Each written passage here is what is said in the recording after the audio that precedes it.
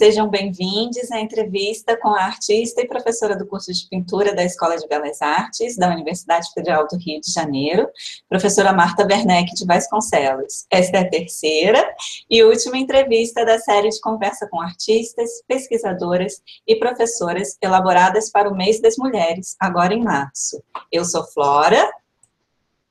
E eu sou Vinícius, e nós fazemos parte do projeto de extensão do Museu Dom João VI, museu fechado de braços abertos. Caso ainda não tenham conferido a programação que nós extensionistas postamos ao longo do mês de março, dê uma olhada no nosso Instagram e confira as entrevistas na íntegra no nosso canal no YouTube. Agora vamos passar a palavra a Marta Werneck para que ela se apresente, e antes de tudo gostaríamos de agradecer a sua disponibilidade e presença aqui conosco. Professora. Olá, é um prazer estar aqui com vocês, é um prazer poder comunicar um pouco do processo de criação em pintura, do trabalho em pintura, desse nosso curso tão maravilhoso também, que é o curso de pintura, que tem 200 anos, né, dentro da nossa Escola de Belas Artes, e do qual eu faço parte hoje como professora da cadeira de Pintura 1. Então, eu estou aqui para falar do meu trabalho, mas o meu trabalho nunca está desvinculado do trabalho da universidade, do trabalho como professora. É assim que eu me vejo, né, como artista, professora e pesquisadora. E eu penso que essas três atribuições que me foram dadas pelo universo, né, pelo destino, são muito importantes para formar o meu caráter, para formar o meu percurso nessa vida. Então, estou bem feliz de estar falando aqui com vocês sobre isso também. Bom, então vamos começar. E a gente vai começar um pouquinho antes de você ser professora, a gente vai começar lá na sua formação enquanto aluna. Você foi aluna também da Escola de Belas Artes e fez o mestrado e o doutorado no programa de pós-graduação em artes visuais da EBA UFRJ.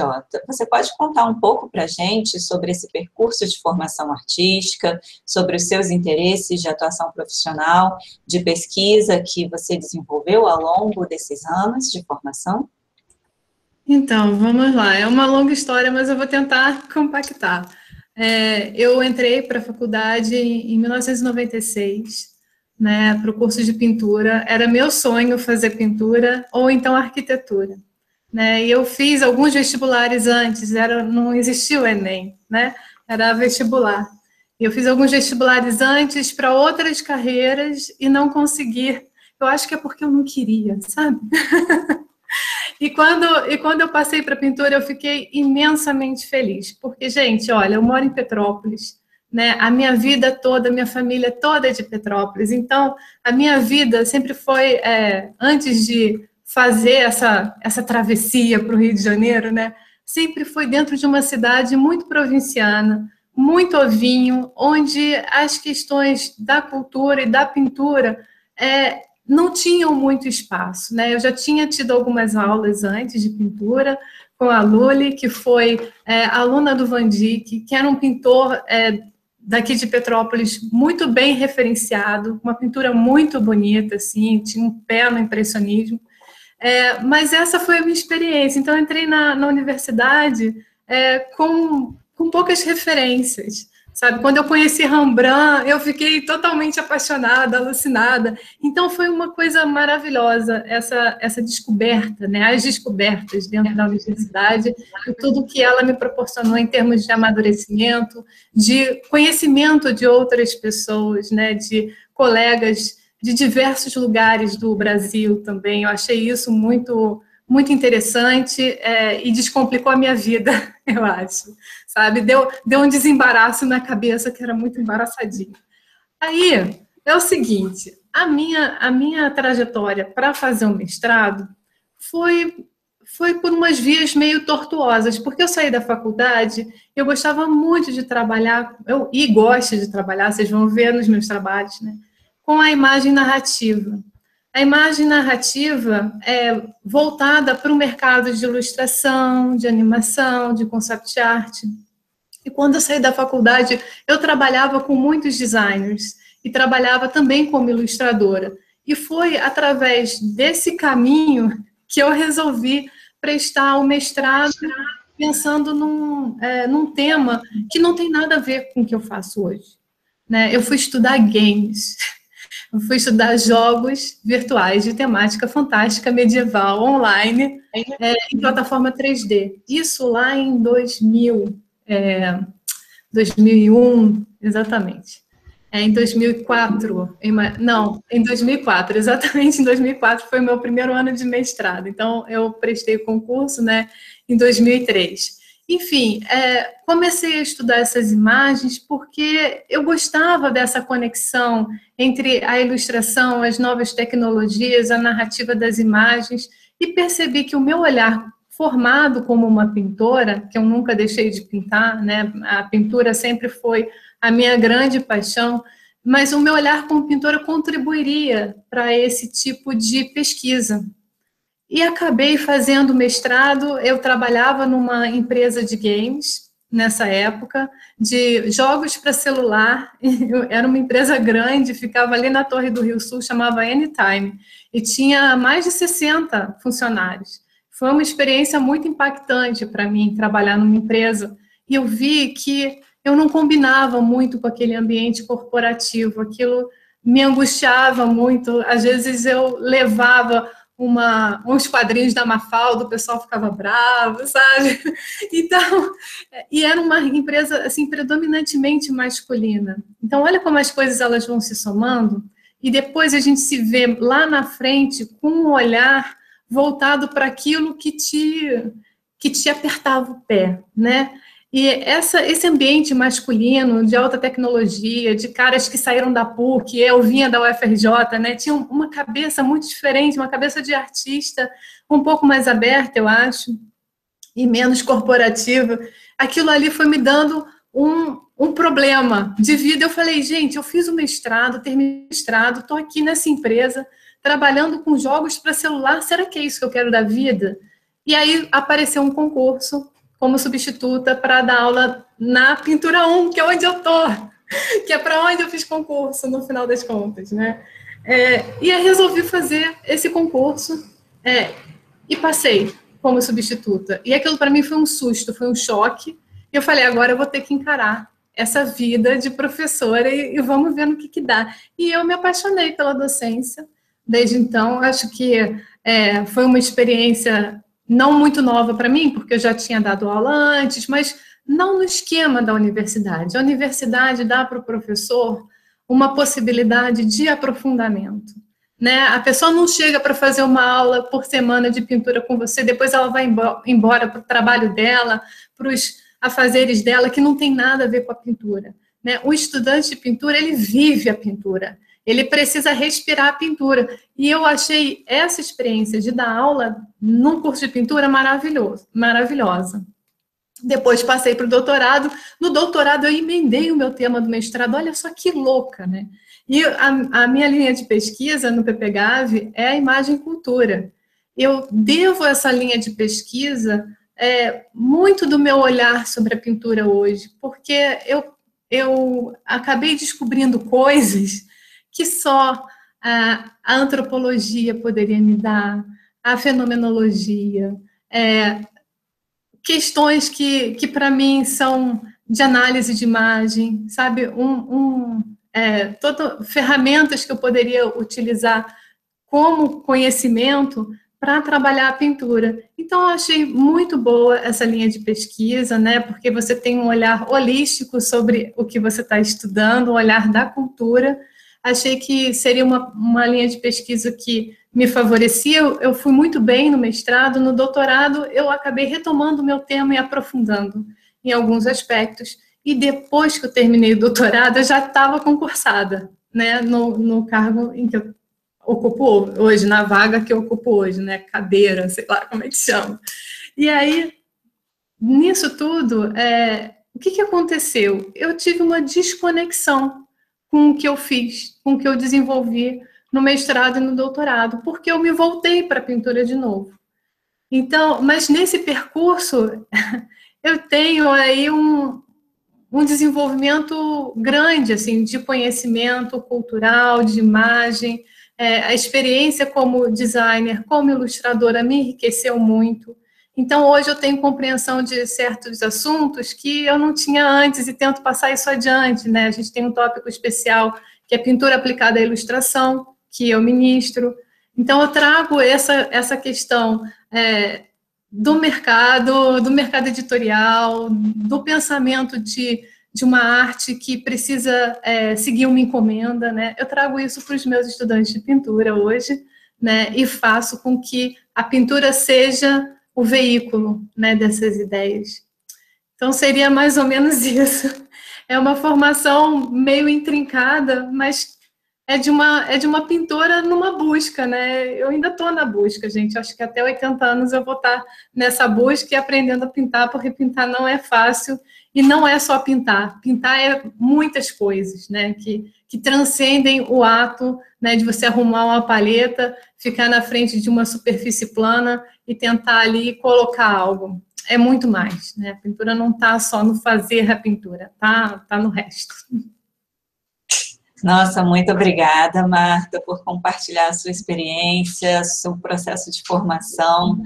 Eu acho que isso acontece com muitas pessoas, né? Assim, a gente sai da faculdade e vai procurando se encontrar dentro daquela carreira que a gente fez, e muitas vezes a gente se encontra num lugar totalmente diferente do que aquele que a gente imaginou no início.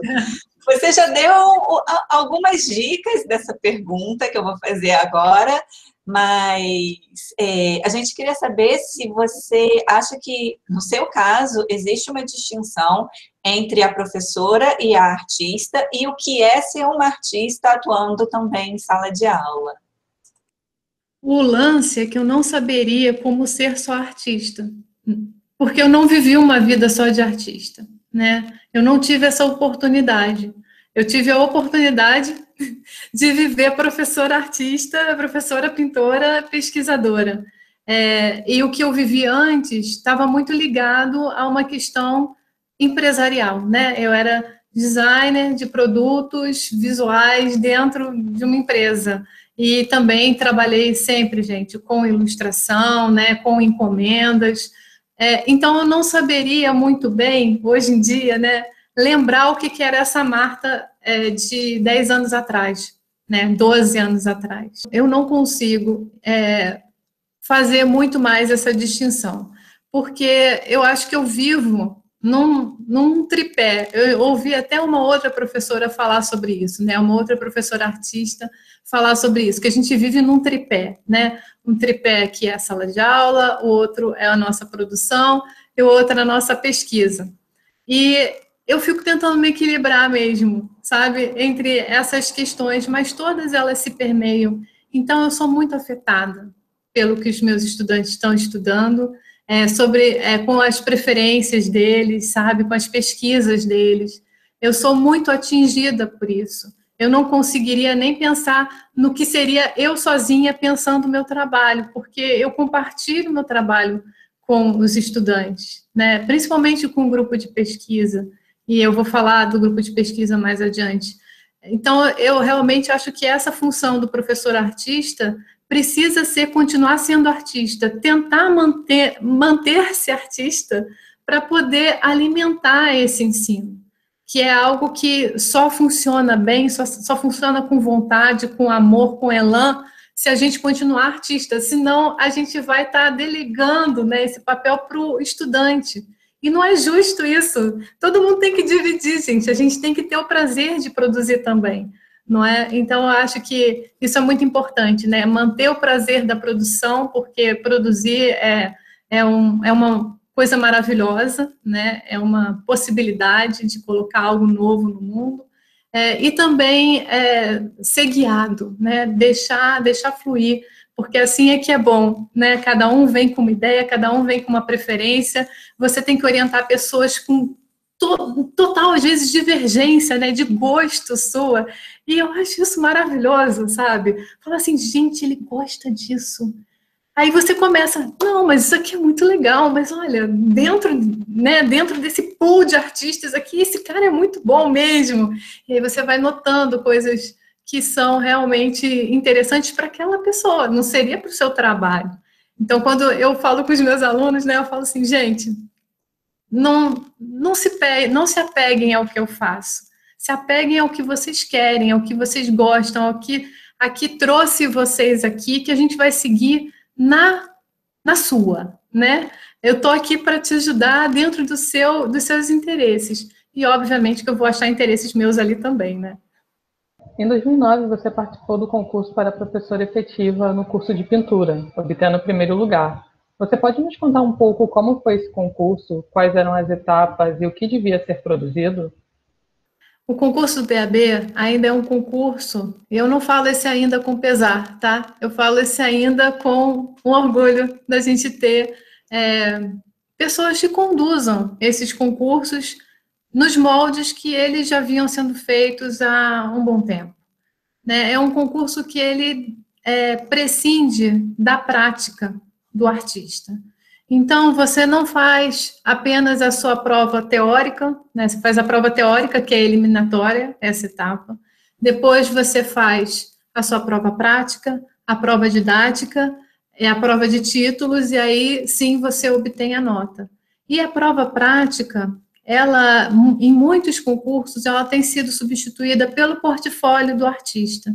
Mas no nosso curso, tem se optado por manter a prova prática, que é uma maratona, gente. A prova prática é o que distingue mesmo os nossos concursos dos outros concursos para professor na universidade, porque você precisa ficar 3 semanas dentro de uma sala, 8 horas por dia, produzindo trabalhos específicos, né? Nós temos um trabalho que é a livre criação, outro trabalho que é a pintura de modelo, então nós temos uma modelo posando, e temos também um detalhe de mural. Você precisa fazer o projeto de um mural para um determinado lugar que você escolhe, e aí você executa um detalhe daquele muralzão, como é que ele ficaria na sua execução.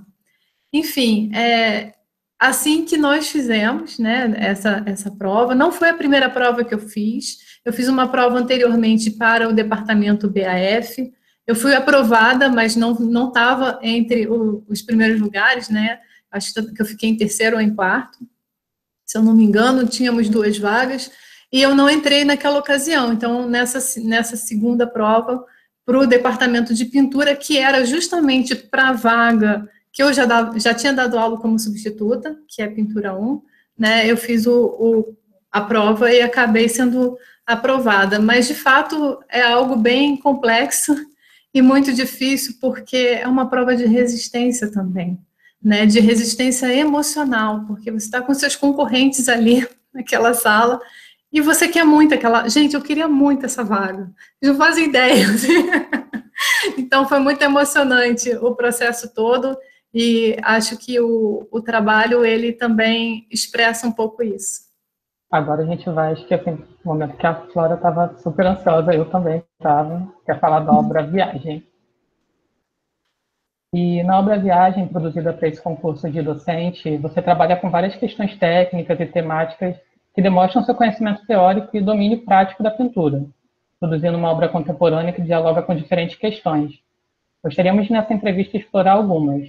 A primeira é relacionada ao suporte, né? Você escolheu pintar sobre madeira, fundos de gavetas que ainda não tinham sido desmanchadas, e essas gavetas elas trazem à obra uma camada subjetiva, relacionada à sua utilidade de guardar objetos.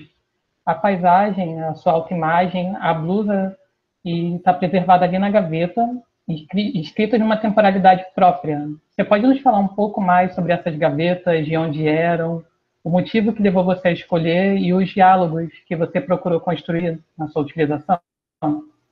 Então, sobre essas gavetas, elas têm uma história, que é a história da própria Escola de Belas Artes, né?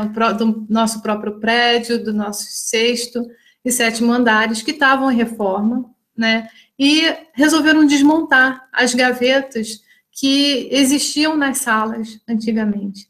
São gavetas para desenhos, na verdade são mapotecas, para desenhos arquitetônicos inicialmente, dada o histórico do nosso prédio, e essas gavetas são em canela, é um material riquíssimo, né, uma madeira de lei, e elas foram descartadas, foram jogadas no lixão ali do prédio da reitoria. Eu e Lícios que é professor também, né, lá do curso de pintura, resolvemos fazer esse resgate e usá-las como suporte, porque além de ser um lindo material, é um material que traz um pouco da nossa história, da história do prédio. E para o concurso eu falei, nada mais óbvio, né, que eu usar esse suporte que foi descartado, que é daqui, para voltar a pertencer a esse lugar de novo. E que bom, né, que ela voltou para o museu. Fiquei bem feliz. Então, tem esse diálogo, de fato, com o objeto e também em você guardar uma imagem naquela gaveta, porque foram gavetas feitas para você guardar a imagem. E tem uma imagem eternizada ali dentro através da própria pintura. Isso é muito interessante. Você perguntou sobre as técnicas, né, dessa pintura. Eu gosto muito de técnicas mistas, né, e trabalho com camadas na minha pintura. Então, quando eu estou trabalhando só o óleo mesmo, eu estou pensando nesse esquema de camadas, né, de muitas gelaturas, esbatimentos. É muito raro eu trabalhar uma pintura à la prima. Ultimamente não tenho feito isso. E quando você trabalha técnicas mistas, você precisa entender as técnicas para você saber como é que você vai sobrepor essas camadas, né? Porque se colocar, por exemplo, o óleo por baixo da tinta acrílica, vai dar problema na sua camada pictórica, né? Você vai ter craquelamentos, você vai ter problemas estruturais. Eu achei que ia ser interessante eu trazer para esse trabalho colagem, trazer objetos e trazer a técnica mista com óleo acrílica e com esse suporte, né? Justamente para lançar mão de todo esse conhecimento e aplicá-lo na prática. Eu achei que poderia ser um bom demonstrativo, né, de como eu procedo ao lidar com algo mais complexo, como uma técnica mista. Vocês perguntaram sobre os objetos que estão ali, né, tanto representados quanto colocados como objetos físicos. E nós temos ali uma blusa de seda, que eu acabei endurecendo ela com a própria emulsão acrílica e depois submergindo na encáustica. A encáustica ela é feita com cera de abelha, parafina e cera de carnaúba. E geralmente os artistas usam a encáustica somada a pigmentos específicos, porque eles pintam com a encáustica. No caso desse trabalho, a encáustica ela é usada apenas como uma camada de cobertura, como se ela desse um fino véu, ou como se ela velasse como se fosse um fog, sabe, por cima da imagem. E também foi usada, nesse caso, para fixar essa blusa à gaveta. Essa blusa ela foi da minha avó, e é por isso que ela está ali. E ela...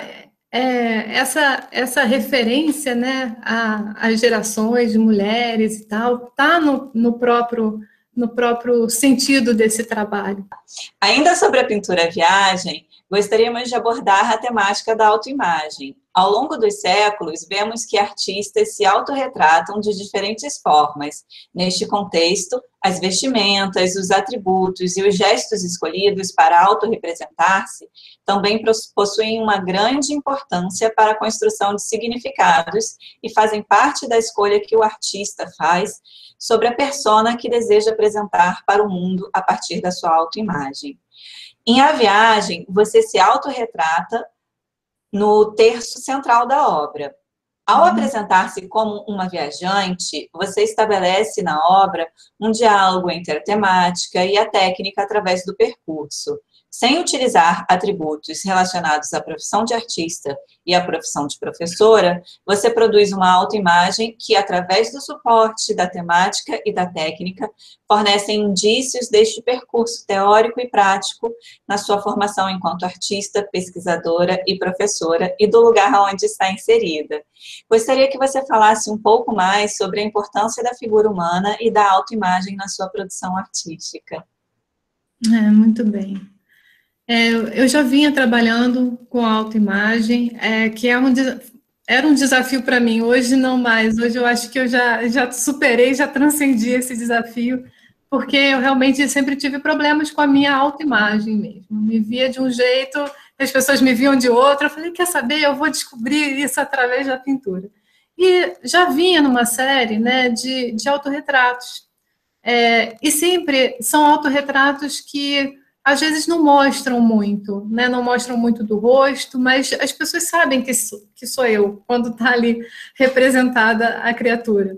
E essa questão de trazer essa temática, que não tem nada a ver diretamente com as questões docentes, ou então minhas como profissional da pintura, isso foi proposital, né? Se vocês virem o que está ali representado, vocês vão ver que existe uma árvore.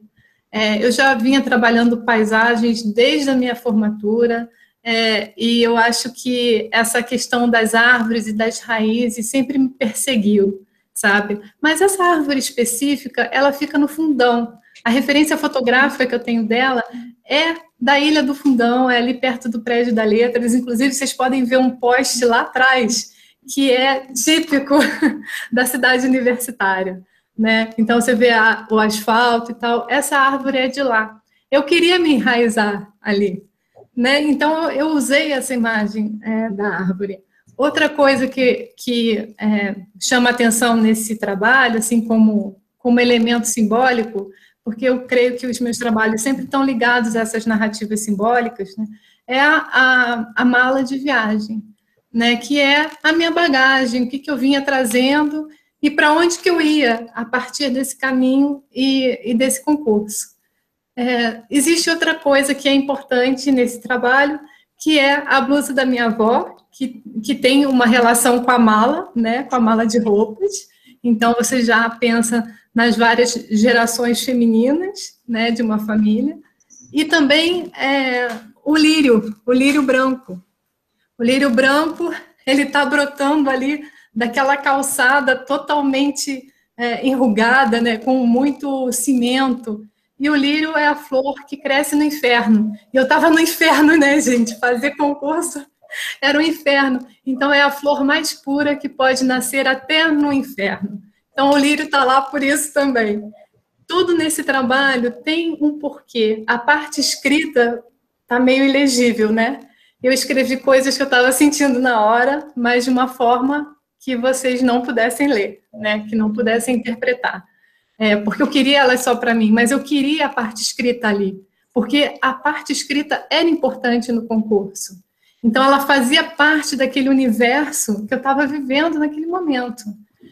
Existe também um sinal de fragilidade, né, com como é que chama? Pictograma, que indica frágil ali perto da blusa, né, que tem essa questão, né, da imagem da mulher tradicional, mais frágil, que aquela blusa de seda, toda vovozinha, né, significa, e do outro lado, uma mulher com uma outra atitude, né, olhando para o outro lado, olhando para o caminho. Então, é isso que esse trabalho, para mim, traduz, né, fora a questão do significado do próprio suporte, que são as gavetas da EBA. Marta, o trabalho com autoimagem, ele também está presente na série Pinturas de Canto, assim como em A Viagem. Nessa série, você também se autorretrata em posições corporais, onde seu rosto ele permanece oculto, reforçando esse caráter psicológico subjetivo da obra, acessando emoções profundas. Você pode descrever para a gente um pouco esse processo de construção da sua poética? Bom, eu acho que a minha pintura ela é muito narrativa. Eu trabalho o figurativo, gente. Vocês não sabem a luta que é trabalhar o figurativo no Brasil. Mas eu creio que esse percurso, né, a minha ligação com a ilustração, com os jogos, né, me fez ter esse olhar para a pintura figurativa de uma forma muito ligada ao simbolismo, né, ao que permeia aquilo que eu estou tratando, sem ser de uma forma direta, né, sem contar a historinha tintim por tintim. Então, eu acho que o que acontece nos trabalhos com autoimagem, ou quando eu represento outros corpos, outras mulheres, é fazer eclodir aquilo que eu tenho no meu inconsciente. E o trabalho, ele não se dá de uma vez, né? Às vezes eu começo um projeto E aí esse projeto prescinde de ensaio fotográfico, prescinde de montagens digitais, eu trabalho com Photoshop desde criancinha, então eu sou totalmente integrada a esse universo digital, eu não tenho problemas em mexer com o computador, né? Eu gosto muito, inclusive, acho o computador uma grande ferramenta, mas o meu objetivo é sempre me voltar para a pintura. E a pintura nunca é o que eu planejo totalmente. Eu tenho uma direção ali, aquele meu projeto me dá um norte, mas quando eu vou para a pintura, quando eu vou para a matéria, ela começa a conversar comigo, fala, não vai ficar só nisso não, coloca isso aqui, coloca aquilo ali, e eu vou tendo que mexer em muitas coisas, e aí vão aparecendo outros sentidos. Eu vou modificando o trabalho ao longo do percurso, e a gente chama isso de poética, né? A poética se faz no caminhar, né? No percurso, no processo da pintura. Então, eu acho que o meu processo de criação está muito ligado a essa ideia, né? Da qual eclode um projeto que nunca é o suficiente durante o percurso da pintura em si, né? Quando eu estou em frente ao cavalete, já com o quadro marcado. E tudo que vem antes, gente, esse planejamento todo também demora tempo. Porque para você saber qual é o tamanho que você vai fazer os seus trabalhos, já é uma questão. Ultimamente eu tenho trabalhado com as figuras humanas em tamanho natural, porque eu quero uma presencialidade daquela representação daquela pessoa ali. Então, para mim é muito importante não fazer desse tamaninho ou não fazer gigante, porque eu quero essa presença daquela pessoa que está sendo representada ali. Você decidir, essas são pequenas decisões, mas são decisões cruciais, não tem equívoco, não tem, como é que eu posso dizer, não tem descontrole na pintura, você controla tudo, só que ela controla você uma hora, porque você vai fazendo coisas que quando você para analisar, você fala, caramba, eu fiz isso por causa daquilo outro. E aí você descobre por que você pintou aquilo. Porque é o seu inconsciente, né? É o seu inconsciente vindo à tona e você respeitando esse caminho, né? Esse fluxo, que é um rio, né, gente? É um rio. A criação é um rio. E a água, ela vai encontrando o seu caminho mais fácil. E o caminho mais fácil é o caminho mais verdadeiro para a gente, né? Onde a gente se encontra consigo mesmo, que é aquele mar, aquele oceano de significados e de possibilidades e de profundidades. Então, eu vejo assim o processo de criação e penso que a autoimagem, ela me ajudou a descobrir um pouco isso, mas eu não fico nela, né? Eu vou para outros campos.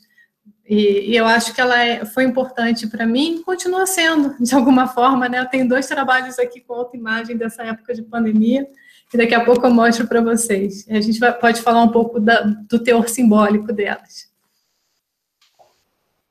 Muito obrigado. Eu tenho que admitir, quando eu vi a série Pintura de Canto pela primeira vez, eu fiquei assim, muito fascinado, muito mesmo.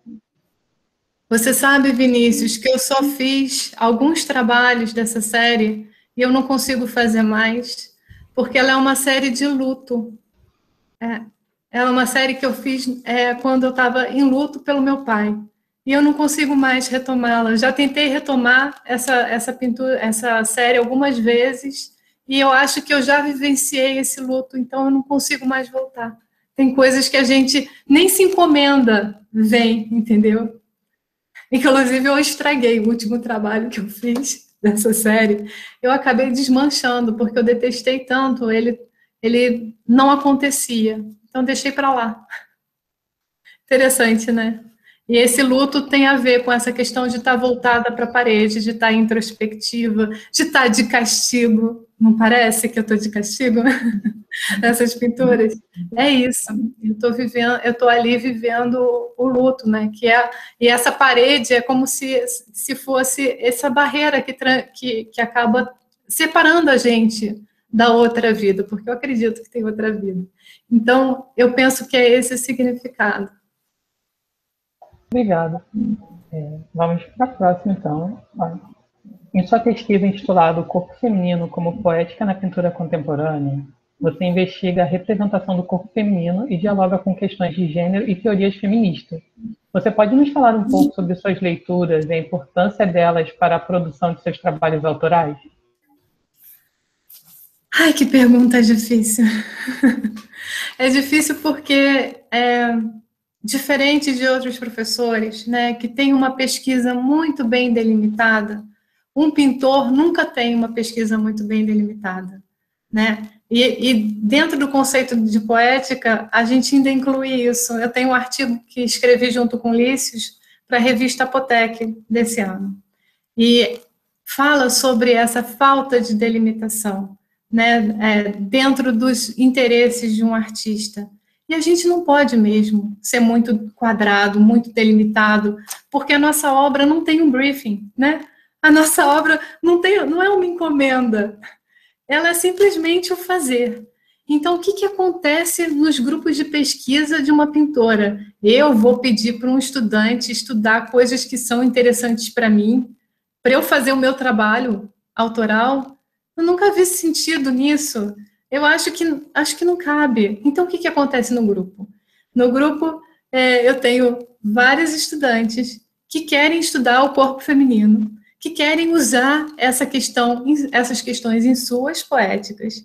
E aí nós compartilhamos os textos, né? E aí a gente tem, desde a Simone de Beauvoir, da Maria Rita Kell, da Colette Soler, Bell Hooks, Angela Davis, a gente tem a Márcia Tiburi, a gente tem um monte de artistas, de autoras que falam sobre o feminino, e aí eu coloco as psicanalistas nesse contexto, né, a Kell e a Colette Soler.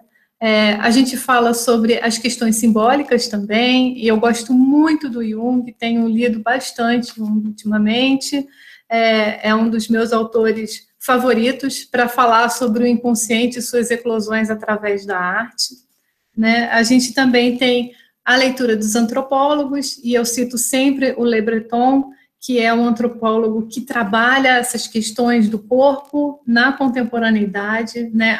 As nossas desconexões com o nosso corpo, os nossos usos do corpo, né? E a reflexão sobre isso no contemporâneo.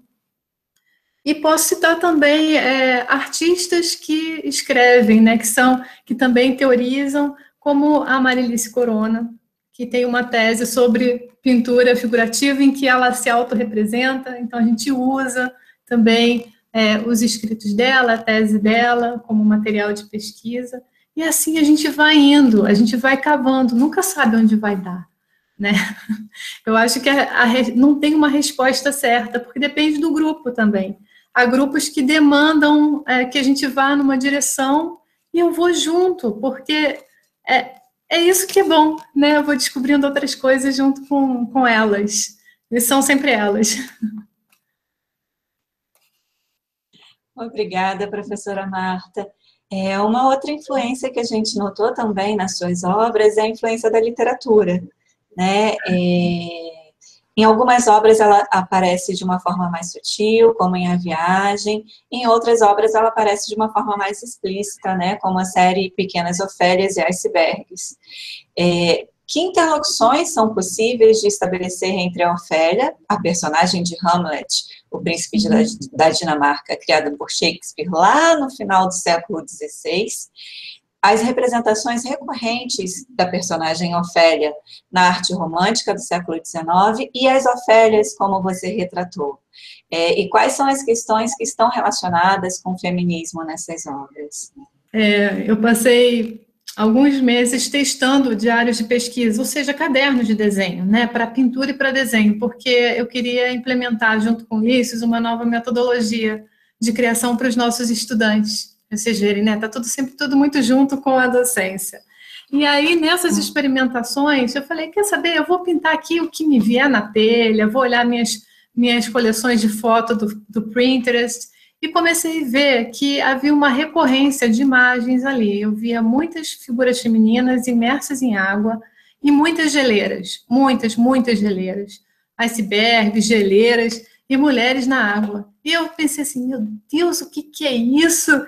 Que enigma! E aí eu pensei, mas tem tudo a ver, né? Mulheres estão submersas, geleiras que estão submersas, essa parte imensa do iceberg que está invisível e essa parte incrível das mulheres que permanece invisibilizada, né? Nós temos uma profundidade que não conseguimos dar vazão, e isso tem sido expresso por toda a nossa história, né? Através dos nossos sistemas, da nossa cultura e do patriarcado em geral.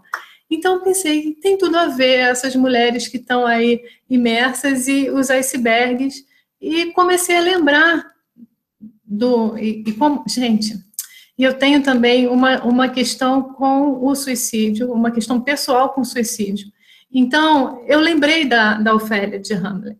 Eu achei que eu poderia trabalhar essa ideia do suicídio como um renascimento, né? Porque a mulher está imersa nas águas, as águas são um símbolo do feminino, e de lá ela pode renascer quantas vezes ela precisar, né? Quantas vezes ela quiser.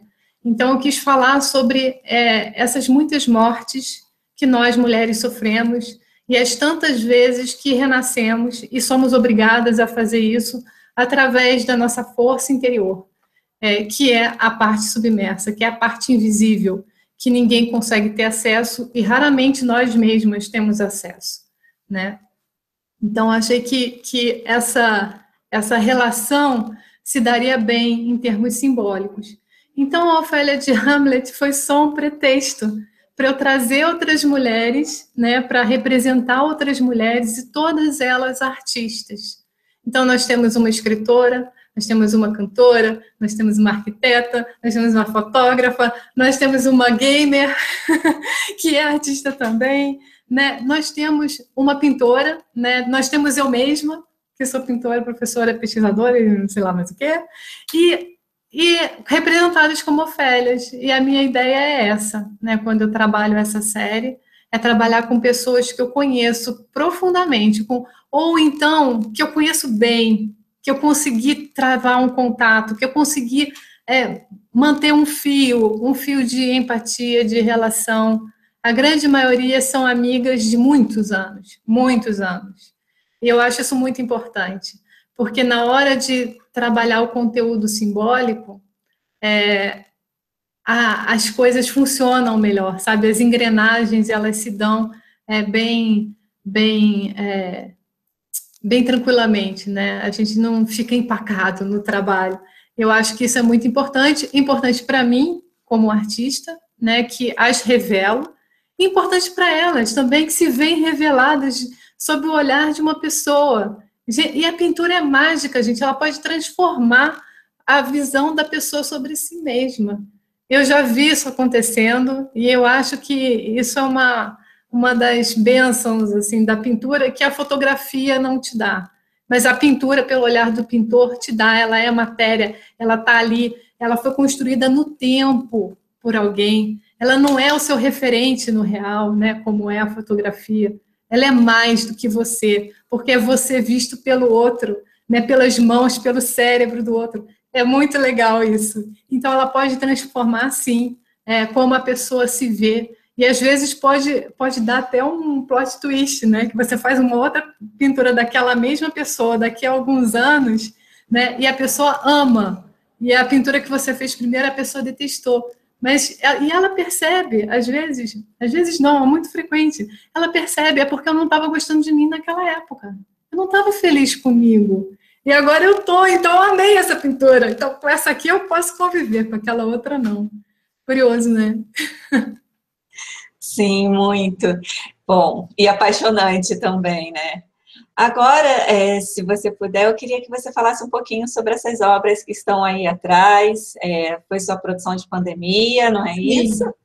Então, vou apresentar para vocês essa minha produção da época de quarentena. É uma série que eu tenho chamado de Quarentena 2020, mas a gente já entrou em 2021, né, gente? Então, realmente, eu acho que eu vou ter que ir mudando o nome da série também, 2020, 2021. E esse foi o primeiro que eu fiz. É um trabalho que ele já estava parcialmente marcado, né? É uma autoimagem também, é um autorretrato. com luvas de procedimento. Então, eu trabalhei essa ideia das ofélias e dos icebergs, né, como se fosse uma continuação da minha série, mas tem elementos que remetem para o momento atual. E eu não sei se eu falei, acho que não, que geralmente eu escrevo enquanto eu estou trabalhando, né? Enquanto eu estou pintando, eu vou escrevendo ideias e vou tentando trabalhar essas ideias como imagem na pintura, e no final, geralmente, eu tenho um texto. Então, o texto desse trabalho, aqui está um detalhe, o texto desse trabalho é o seguinte: submersos em um tempo que parece estático, isolados, nos agarramos ao que é vida e nos resta, as pequenas felicidades cotidianas, para não nos afogarmos na dor e na frieza que nos rondam. O mundo lá fora manda notícias. Escutemos o futuro.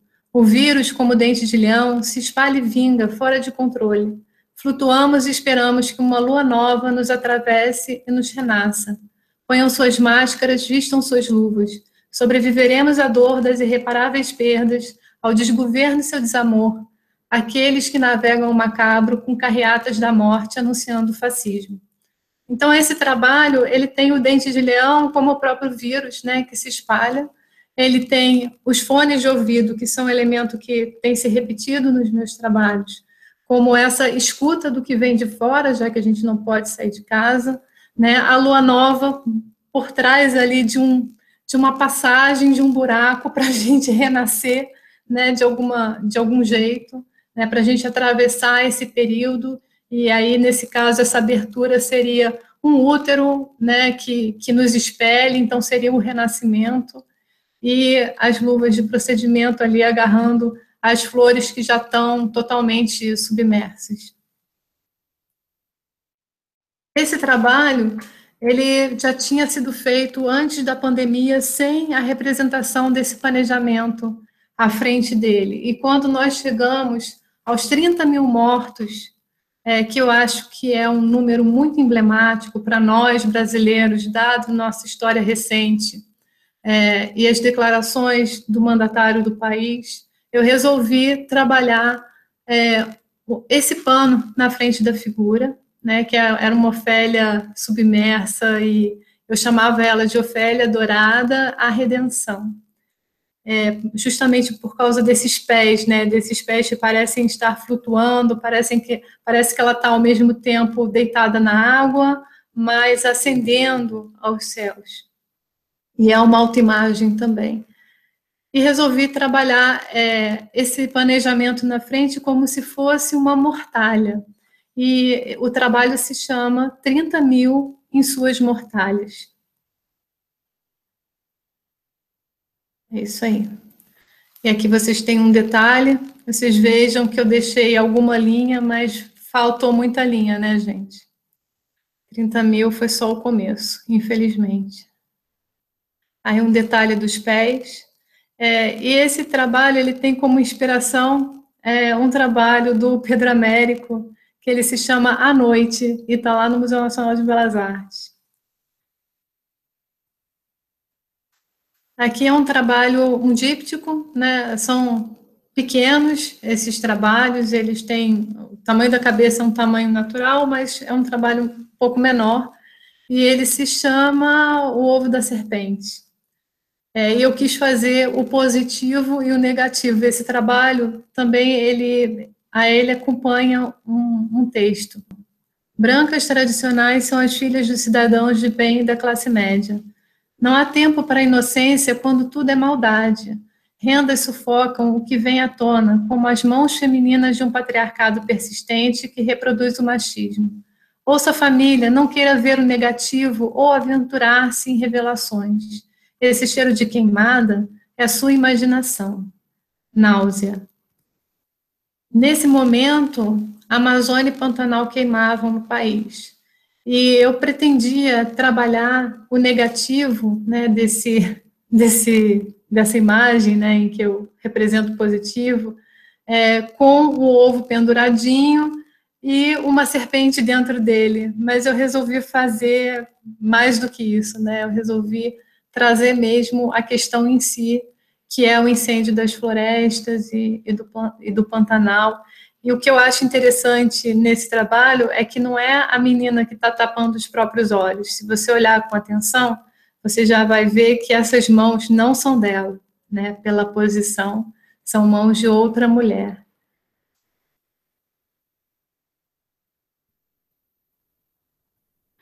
Esse é um trabalho feito nas gavetas também, gente. É um trabalho que foi feito numa gaveta de Mapoteca também. Ele se refere às vítimas de Manaus. Ele também conta com uma coroa de flores, né, as covas ali embaixo, na parte de baixo, e as cruzes meio ao longe. E nesse caso, a figura feminina ela não tem rosto, porque e aí depois eu fiquei pensando, nossa, mas quem é que não teria rosto, né? Quem é que não estaria entendendo o que está acontecendo, vendo essas covas, vendo a coroa de flores, entendendo esse luto? Quem que estaria fora, né, desse contexto? E aí eu resolvi dar como título para esse trabalho A Namoradinha do Brasil paira sobre Manaus, porque foi a época em que a Namoradinha do Brasil se referia, né, a tudo que nós estávamos passando como algo que deveria ser deixado para lá, né, que a gente devia simplesmente continuar seguindo com as nossas vidas, como se nada tivesse acontecendo, e sendo mais leves, né, era essa a palavra. E aí as mãos também, né, as mãos estão cheias de coroninha, porque eu volto com essa simbologia do dente de leão, como o coronavírus. Então, elas acabam infectando as mãos. Essa foi a minha Ofélia de pandemia, que é uma Ofélia gamer. Esse trabalho ele foi feito com o retrato de uma amiga minha, que foi nossa aluna, a Remy Rox, e ela é gamer, ela tem um canal de games. E eu chamei esse trabalho de O Jogo da Morte. Eu comecei por essa parte de baixo. Nós temos como se fosse uma interface de jogo. E aí volta a minha pesquisa lá do doutorado. Do jogo, inclusive, que eu pesquisei, que é o Lineage 2. Então, volta uma interface de jogo, um ambiente como se todos estivessem ali jogando, como se ela fosse esse personagem central, feminino, totalmente blindado com essa roupa, né, com essa roupa que é opressora. E ali na parte de trás, essas bestas, feras, esses monstros, eles pertencem à primeira pintura conhecida de Michelangelo. Então, eu tomei de empréstimo essa imagem, inverti, né, e usei nessa simulação de interface do jogo. Aqui seria o painel do meio, em que a gente tem uma escultura mortuária, né, que faz relação com essa questão das vidas ceifadas. Na própria foice, eu tenho escrito Bolsonaro 200 mil, né, em uma cruz ao lado, e a menina segura esse controle, e ela não está controlando nada, né, gente? Ela não está usando o controle está só ali. E aqui o resto da coroa de flores, porque ela está com uma coroa de flores sobre seu peito, e tudo isso se liga cromaticamente através dessas folhas que eu coloquei em cima, que anteriormente não existiam, assim como essa barrinha de energia, né, do personagem, que acaba encimando a composição, como vocês podem ver aqui. Esse foi o último que eu fiz, e ele se chama O que Vem Depois da Farsa Brasil. Né? E eu fiz um pequeno texto para esse trabalho. Vocês veem que ele tem luvas de procedimento ali embaixo, né, como se fossem uma imagem digital, meio borrada. Né? A gente também tem uma autoimagem, uma autorrepresentação, aí que sou eu afundando, né, presa por todas esse emaranhado de flores que são vermelhas, que são magenta, e depois, por cima disso tudo, a banana, a obra A Banana, né, tão famosa, e que entrou para essa discussão aí do mercado de arte, o último... E aí vou ler para vocês o texto, né, que acompanha o trabalho. Luvas de procedimentos se desprendem e afundam, assim como nossos corpos mergulhados na pandemia. Elas nos lembram as imagens midiáticas, digitais, e fazem parte de um imaginário improvável, possível apenas na conjuntura em que vivemos. A frieza dá o tom. A banana é referência a um trabalho de Maurício Catelans, Comedian, vendido na feira de Basel por milhares de dólares. Nela escrevo a abreviação BR, referência à nossa tragédia diária numa república de bananas. Uma imagem com muitos sentidos possíveis em nossa atual conjuntura. A figura feminina, com base em autoimagem, afunda lentamente, alienada pelo que escuta e é externo a seu meio e realidade. O que vem depois da farsa, gente, é o título do último livro do Ralph Oester.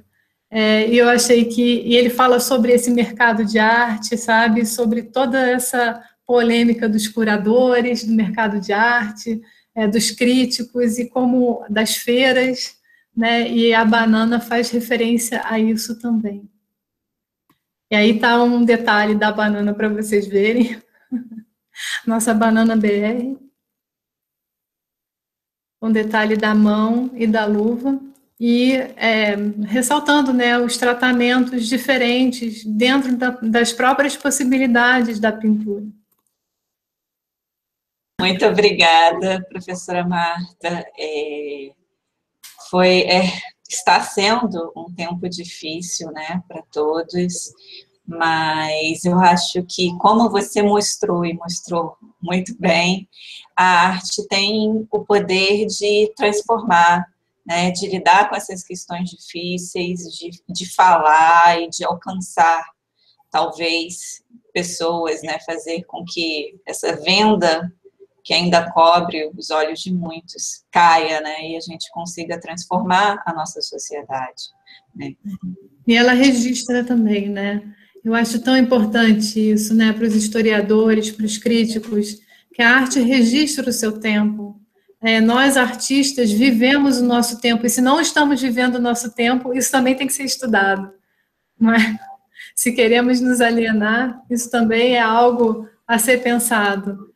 Então, é importante captar, né?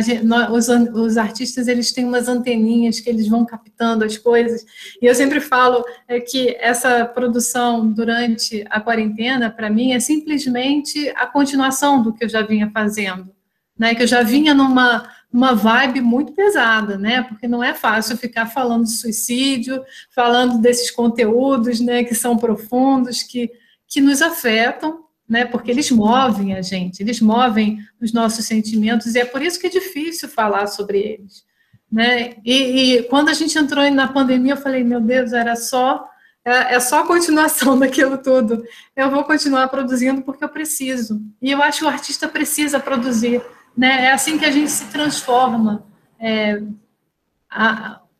As nossas intenções, né, quando elas são transferidas para a obra, a gente é transformado também. Então, a gente sai melhor disso tudo, como indivíduos e como sociedade, porque a gente está dando um pouco, né, daquilo que a gente tem para compartilhar.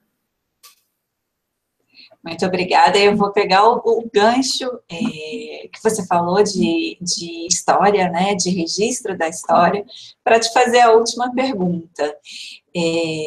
A principal coleção do Museu Dom João VI é a coleção didática. Ela é constituída por exercícios de alunos, professores, cópias, envios de pensionistas, da Academia, da Escola Nacional de Belas Artes e também da Escola de Belas Artes. São doações, obras de concursos para professores, como a que você prestou, dentre outras, né? E a gente tem uma variedade de técnicas, né? Desenhos, moldagens, esculturas, pinturas. As temáticas também são diversas, e registram o processo de ensino da própria instituição, né? Nesse universo, existem poucas obras produzidas a partir da segunda metade do século XIX, que fazem parte dessa coleção didática. Você, por exemplo, doou 4 obras, né, para o Museu Dom João VI. São 4. Mais do que 4? Desculpa. Não, só, eu estou perguntando se são 4, porque eu estou bem espantada, não sabia que eram 4. Não lembrava mais. Eu encontrei 4 registros no banco de dados do Museu Dom João VI. Onde você me conta? Tá bom. Então, eu queria saber se você acha que doações de trabalhos feitos por alunos, feitos por professores, para o acervo do Museu Dom João VI, são uma forma importante de registro da história desse ensino da escola. Eu jamais diria que não vale, né? Que não é bom, porque eu acho ótimo.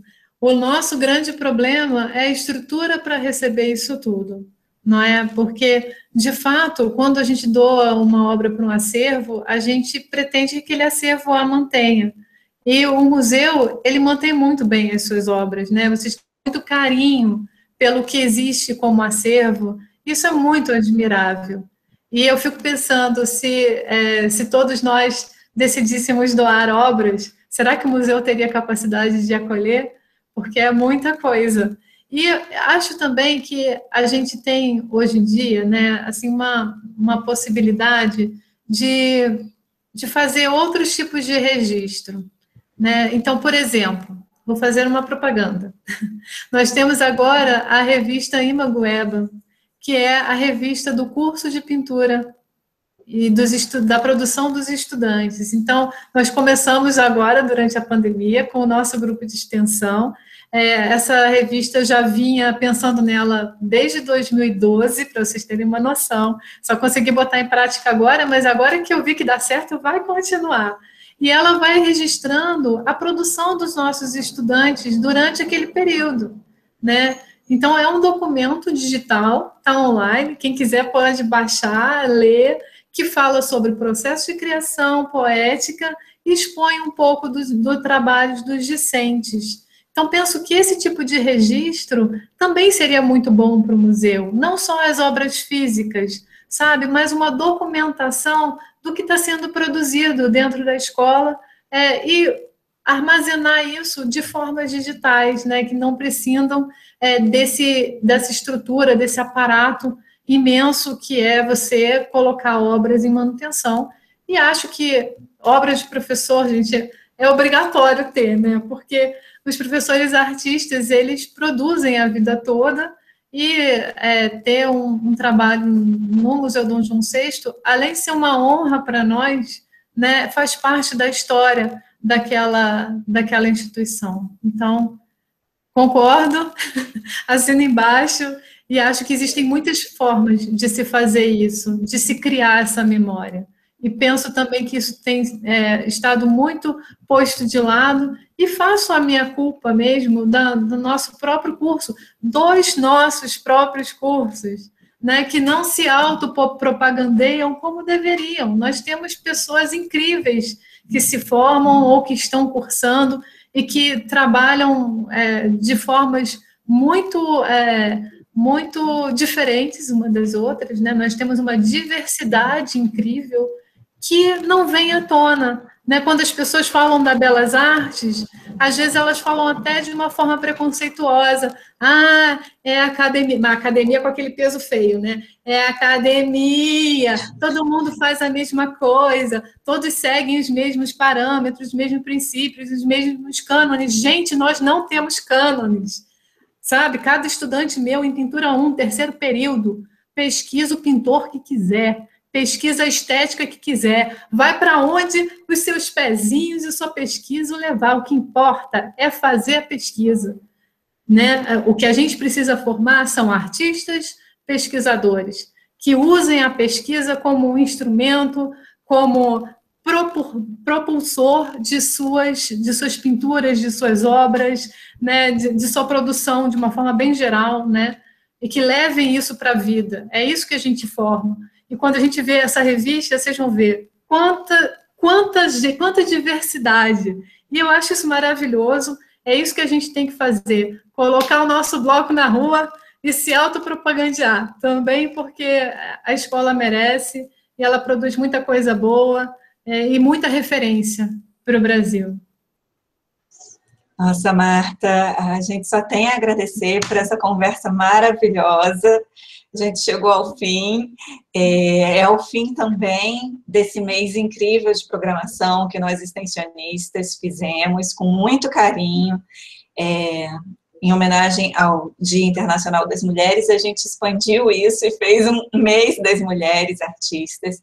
É lógico que não existe mês para mulher, não existe dia para mulher, né? Nós somos mulheres todos os dias, durante toda a nossa vida, mas a gente achou importante voltar o olhar para a história da instituição, para o acervo do Museu Dom João VI e buscar neles pontos de contatos, mulheres que a gente pudesse trazer e conversar, que a gente pudesse apresentar para o público novas perspectivas, e eu só tenho muito a agradecer a você por ter aceito o convite de encerrar esse mês com a gente. Muito obrigada. Eu que agradeço, foi maravilhoso. Podem me chamar quando quiserem, tá? Estou sempre aqui.